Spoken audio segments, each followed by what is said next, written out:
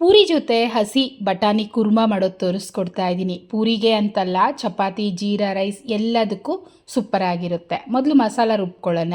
Mixie ಜಾರಲ್ಲಿ 4 table ಸ್ಪೂನಷ್ಟು ಕಾಯಿ ತುರಿ, ಹಾಗೆ 1 ಟೇಬಲ್ ಸ್ಪೂನಷ್ಟು ಹುರುಗಡಲೆ, ಅರ್ಧ ಟೀ ಸ್ಪೂನಷ್ಟು ಗಸಗಸೆ ಹಾಕ್ತಿದ್ದೀನಿ.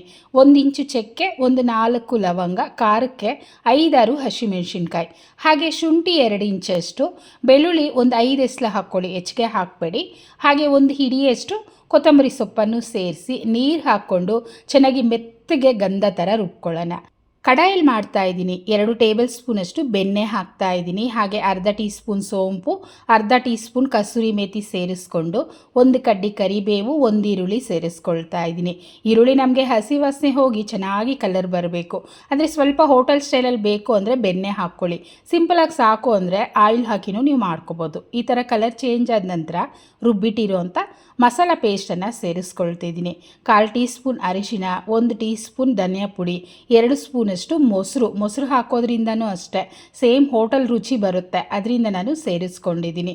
ನೋಡಿ, ಈಗ ಈ ಮಸಾಲೆ ಪೂರ್ತಿ 5 ನಿಮಿಷನಾದರೂ ಬೇಯಿಸ್ಕೊಳ್ಳಿ. ಅಂದರೆ ಗಟ್ಟಿಯಾಗುತ್ತೆ, ಹಸಿ ವಾಸನೆ ಹೋಗುತ್ತೆ, ಅಲ್ಲಿವರೆಗೂ ಮಿಕ್ಸ್ ಮಾಡ್ತಾ ಬೇಯಿಸಬೇಕು.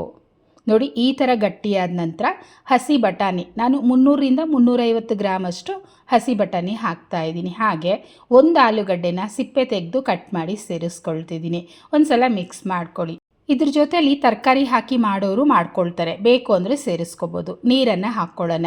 ತಿಕ್ನೆಸ್ ನೋಡ್ಕೊಂಡು ಎಷ್ಟು ನೀರು ಬೇಕೋ ಅಷ್ಟನ್ನು ಸೇರಿಸ್ಕೊಳ್ಳಿ. ರುಚಿಗೆ ತಕ್ಕಷ್ಟು ಉಪ್ಪನ್ನು ಹಾಕ್ಬಿಟ್ಟು ಚೆನ್ನಾಗಿ ಮಿಕ್ಸ್ ಮಾಡಿ 10 ನಿಮಿಷ ಬೇಯಿಸ್ಕೋಬೇಕು. ಕುಕ್ಕರಲ್ಲಿ ಮಾಡೋದಾದರೆ ಒಂದೇ 1 ವಿಸಿಲ್ ಕೂಗಿಸ್ಕೊಂಡ್ರೆ ಸಾಕು. ಹಸಿ ಬಟಾಣಿ ಅಲ್ವಾ, ತುಂಬ ಬೇಗ ಬೆಂದೋಗುತ್ತೆ. ಈಗ ಬಟಾಣಿ ಸೀಸನ್ ಆಗಿರೋದ್ರಿಂದ ಆರಾಮಾಗಿ ಸಿಗ್ತಾ ಇದೆ. ತೊಗೊಂಬಂದು ಒಂದು ಸಲ ಈ ಮೆಥಡಲ್ಲಿ ನೀವು ಟ್ರೈ ಮಾಡಿ ನೋಡಿ. ಈಗ ರೆಡಿ ಆಗಿದೆ. ನಾನು ಓಪನ್ ಮಾಡಿ ತೋರಿಸ್ತಾ ಇದ್ದೀನಿ. ಕಲರ್ ಪೂರ್ತಿ ಚೇಂಜ್ ಆಗಿದೆ ಅಲ್ವಾ.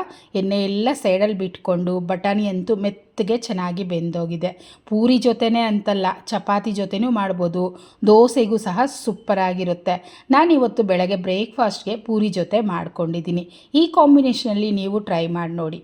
ಹೇಗೆ ಬಂತು ಕಮೆಂಟ್ ಮಾಡಿ, ಲೈಕ್ ಮಾಡಿ, ಶೇರ್ ಮಾಡಿ, ಚಾನೆಲ್ನ ಸಬ್ಸ್ಕ್ರೈಬ್ ಮಾಡ್ಕೊಳ್ಳಿ. Thank you.